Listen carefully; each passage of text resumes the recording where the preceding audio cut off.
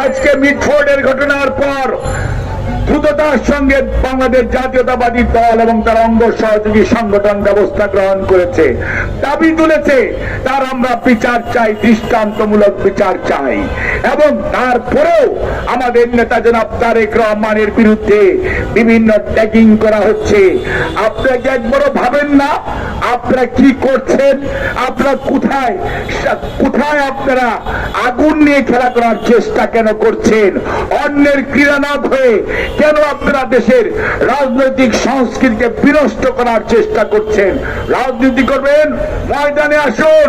আমরা 31 দফা কর্মসূচি নিয়ে বিএনপি এবং সমমনা দলগুলো এসছে। আপনাদের কি কর্মসূচি আছে সেটি নিয়ে আসুন। কর্মসূচির নামে খবর নাই, কথায় কথায় পিআর বলবেন, কথায় কথায় কি বলেন স্থানীয় সরকার চাই, জাতীয় সরকার। ভাই, গণতন্ত্রের লড়াই জাতীয় নির্বাচনের জন্য, স্থানীয় নির্বাচনের জন্য গণতন্ত্রের লড়াই হয় না। আর পিআর পদ্ধতি বাংলাদেশে 54 বছর কেন 154 বছরেও কোনোদিন প্র্যাকটিস হয় নাই। আজকে কেন সমস্ত কথা বলে আপনারা দ্বিধা দ্বন্দ্ব সৃষ্টি করতে চান? তার অর্থ হচ্ছে আপনারা গণতন্ত্রকে প্রলম্বিত করতে চান। গণতন্ত্র যাতে ফেরত না আসে, তাহলে হয়তো আপনাদের কোনো অন্য সুবিধা আছে। কিন্তু মনে রাখবেন, জনগণকে ক্ষমতাহীন করে বেশি দিন যদি রাখেন, এই জনগণ, এই ক্ষমতাহীন জনগণ যাদের দুটো হাত ছাড়া আর কিছুই নেই, তারা কিন্তু ফুঁসে উঠবে। তখন কিন্তু সেই আগুনে আপনারা সবাই জ্বলে পুড়ে ছারখার হয়ে যাবেন।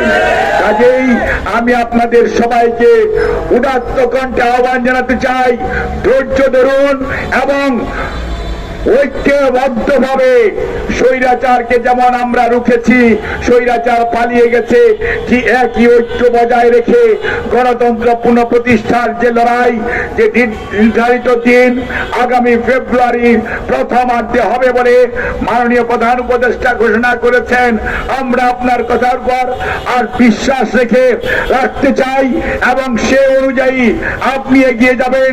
দেশের সংখ্যাগরিষ্ঠ মানুষ আপনার সাথে আছে। কোন অবস্থাতেই ষড়যন্ত্রকারীরা বাংলাদেশের মানুষের বিরুদ্ধে, গণতন্ত্রের বিরুদ্ধে, জিয়া পরিবারের বিরুদ্ধে এবং সর্বোপরি শহীদদের রক্তের বিরুদ্ধে ষড়যন্ত্র করে কামিয়াবি হবে না।